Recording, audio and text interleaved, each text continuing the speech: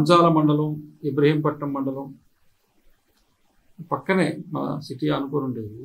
మీకు గ్రామాల్లో పోతే ఎవరున్నారు? గ్రామాల్లో ఎవరైతే 10 ఎకరాల రైతు ఉన్నారో వాళ్ళు గ్రామాల్లో లేరు. వాళ్ళందరూ హైదరాబాద్లో ఉన్నారు. హైదరాబాద్కు ఉండే అలవాటు ఏంటంటే, ఇప్పుడు ఉండే విషయం, గ్రామాల్లో ఉండే వాళ్ళందరూ హైదరాబాద్కు వస్తున్నారు, హైదరాబాద్ గ్రామానికి పోతున్నది, వెంచర్లు వేసుకుంటూ పోతూ ఉన్నది, దీనిలో కలిసిపోతున్నాయి. ఇప్పుడు ఆ గ్రామస్తులు ఎవరైతే హైదరాబాద్కు వచ్చి ఇక్కడ ఇల్లు కొనుక్కుని ఉంటున్నారో వీళ్ళు ఇక ఊరితో సంబంధం ఏముంది? ఇక్కడ ఎవరితో సంబంధం ఏముంది? ఏం లేదు. ఉన్నది ఒకే ఒక్క సంబంధం, సంవత్సరానికి ఒకసారి ఆ ఊళ్ళో జరిగే జాతరకు పోతారు.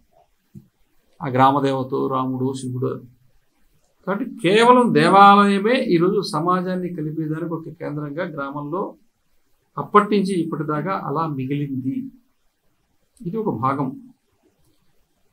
2007లో బాసర నుంచి పాదయాత్ర ప్రారంభించినప్పుడు ఆదిలాబాద్ జిల్లా, నిజామాబాద్ జిల్లా, నిజాం తర్వాత కరీంనగర్ నుంచి వరంగల్ నుంచి నల్గొండ నుంచి పైకి మళ్ళీ వరంగల్, మళ్ళీ రంగారెడ్డి నుంచి హైదరాబాద్ సిటీ, మళ్ళీ ఇక్కడ నుంచి పాలమూరు జిల్లా వరకు మొత్తం ఒక పాలమూరు జిల్లాలో 900 కిలోమీటర్లు నడిచాం.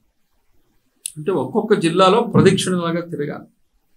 ఆ గ్రామాలు ఎక్కడెక్కడ ప్రాచీనమైన దేవాలయాలు ఉన్నాయి, ఎక్కడ చేనేత ఉంది, ఎక్కడ లోహకారులు ఉన్నారు, ఎక్కడ ఈ మన బుడమ సంఘాలు,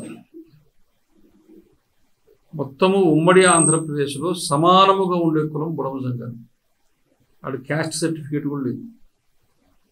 శ్రీకాకుళం జిల్లాలో ఉండే బుడమ సంఘాలు, ఆదిలాబాద్ జిల్లాలో ఉండే బుడమ సంఘాలు ఒకే కళను ఒకే విధంగా ప్రదర్శన చేస్తారు. వాళ్ళ భాష కానీ, వాళ్ళ వేషధారణ కానీ, వాళ్ళ ప్రదర్శన కానీ మొత్తం ఒకటిగానే ఉంటుంది. అంతేకాదు ఇప్పటికీ వాళ్ళకి ఇచ్చిపుచ్చుకోవడం అక్కడి నుంచి ఇక్కడికి, ఇక్కడి నుంచి అక్కడికి బంధుత్వం అలాగే ఉంది. కాబట్టి మన సమాజంలోకి పోతే కదా మన సమాజం తెలుస్తుంది. సమాజంలో ఆ రకంగా వాళ్ళ సాహిత్యం ద్వారా, భాష ద్వారా, నాటకం ద్వారా, ఆట ద్వారా, పాట ద్వారా మన హిందూ సంస్కృతిని, సంస్కారాన్ని సమాజానికి నేర్పించే వాళ్ళు గ్రామాల్లోనే ఉన్నారు. కాబట్టి మనము వెళ్ళి వాళ్ళని పలకరించాలి.